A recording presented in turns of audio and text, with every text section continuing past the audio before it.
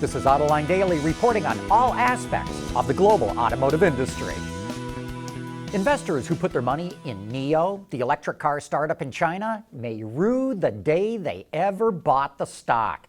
As recently as March 1, NIO stock was trading at just over $10 a share. Today, it's down to $2, an 80% drop. NIO, which was largely touted as a Tesla killer, is hemorrhaging cash, slashing costs, laying off thousands, and struggling to survive. The key difference between NIO and Tesla is that if he needs to, Elon Musk can pick up the phone this afternoon and raise another $2 billion. No other EV startup is blessed with that kind of capability. Boy, there's a fascinating report from Automotive News that we may have seen the last Frankfurt Auto Show. Get this. Toyota, Peugeot, Citroën, Nissan, Kia, Volvo, Ferrari, and FCA all skipped the show, which took place earlier this month. BMW, Volkswagen, and Audi cut back on their display space, and public attendance was down 40% from its high in 2015. Now there's talk of moving the show to Berlin. You know, all auto shows are in trouble, and it's amazing to see how quickly the downfall has hit. The Detroit Auto Show may have been lucky by getting hit harder and earlier than the others. It's completely reinventing itself as a combination of the South by Southwest Music Festival, the Goodwood Festival of Speed, and an auto show. If they can pull that off, it could be the template for other auto shows to follow. And be sure to join us later this afternoon for Autoline After Hours. We'll have Ken Nelson with his well-worn but very rare Citroën DS Chaperon convertible. We'll also have Joe McCabe from Auto Forecast Solutions and automotive expert Jack Keebler. So join me and Gary Vassalash for some of the best gearhead insights in the business. That's later today at 3 p.m. Eastern Time at the Autoline website or on our YouTube channel.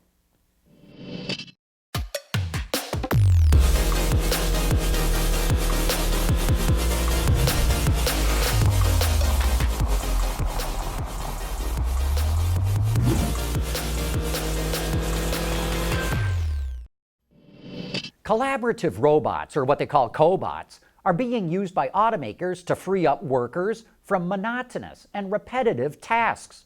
Ford just started using them for the first time at its plant in Cologne, Germany, and for a very unique application.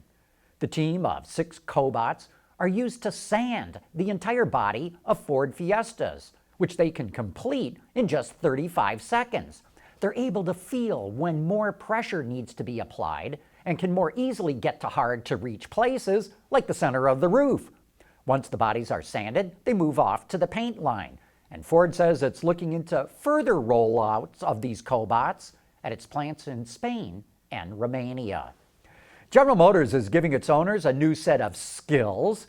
In the first half of next year, GM will make Amazon's Alexa available to customers who have 2018 and newer vehicles. Alexa will still be able to do the same things that it does in a home, like check the weather and control smart devices, but it will also give some navigation directions, play songs, and make phone calls from the car. Amazon just announced you'll be able to get Samuel L. Jackson as Alexa's voice as well, which we hope makes it into GM vehicles. Getting navigation directions would never be the same again, especially if they involve snakes.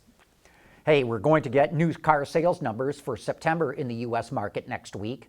Ward says that because the Labor Day holiday fell into August this year, the September numbers will be down sharply. The blowout sales over the holiday probably pulled sales ahead, meaning September could look even weaker. Ward's is forecasting that the seasonally adjusted annual rate will come in at 16.9 million vehicles, which would be slightly below trend for the year. Autoline Daily is brought to you by Bridgestone Tires, your journey, our passion, and by Keycurt, technology that leads.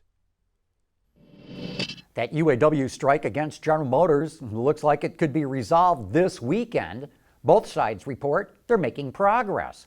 One of the reasons why negotiations have plodded along at a slower rate than normal goes back to all these charges of corruption against UAW officials. Right now, the rank and file don't trust their leadership to negotiate the best deal possible. In the past, when negotiations got down to the bitter end, the president of the union could go into a room with the automaker's vice president of labor relations, and they could quickly hammer out the final agreement behind closed doors. But today, the rank and file don't trust any closed-door negotiations. So elected officials from all the UAW locals have to be witnesses to the discussions. They need to be able to go back to their plants and tell their workers, look, I was in the room when all these issues were settled. So the strike may have been over already if not for these corruption charges and criminal convictions. In fact, I would argue that it's actually in the UAW's leadership interest to drag this strike out as long as possible, because once these labor contracts are signed, sealed, and delivered, all eyes are going to turn back to the corruption scandal. And that brings us to the end of today's report. Thanks for watching, and hopefully we'll see you later for Autoline After Hours.